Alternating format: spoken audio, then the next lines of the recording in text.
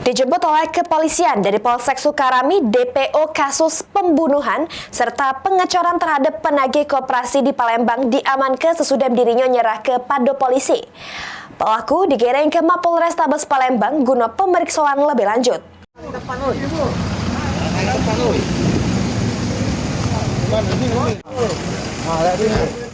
Kelvin, DPO kasus pembunuhan serta pengecoran terhadap Anton Eka Saputra, penagih koperasi di Ruko Distro Mas Krebet Palembang diamankan polisi. Pelaku dijemput oleh anggota unit reskrim Polsek Sukarami di tempatnya bersengit di kampung halamannya di Kabupaten Empat Lawang.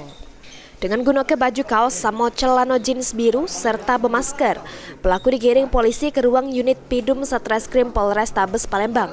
Pas dimintai keterangan, Kapolsek Sukarami Kompol Muhammad Ikang Adi Putra cuma menjawab singkat tentang pengamanan pelaku. Keluarga bang ya? Dari? Empat Lawang. Ya. Dari Empat Lawang ya. Ke Polsek kita dulu bang ya? Oke bang.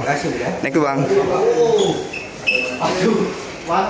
Sementara itu, Kelvin mengaku sudah 3 minggu terakhir ini bersengit di pegunungan di Kabupaten Empat Lawang supaya keberadaannya tidak tercium oleh polisi. Kelvin akhirnya nyerah ke diri karena resah jadi DPO serta selalu dihantui korban.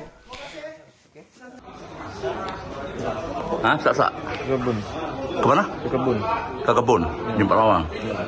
Berapa lama kita sengitan situ? 3 minggu. Berapa lama? 3 minggu. 3 minggu. Korban menghantui itu cak mana? Dihantui korban. Dihantui korban. Iya pak. Sehingga dan gol kita gerak ya, digerebek polisi terus ya. Untuk perannya dewe, ini penyidik Pidum Satreskrim Polrestabes Palembang masih melakukan pemeriksaan mendalam terhadap Kelvin. Mulyadi, PAL TV.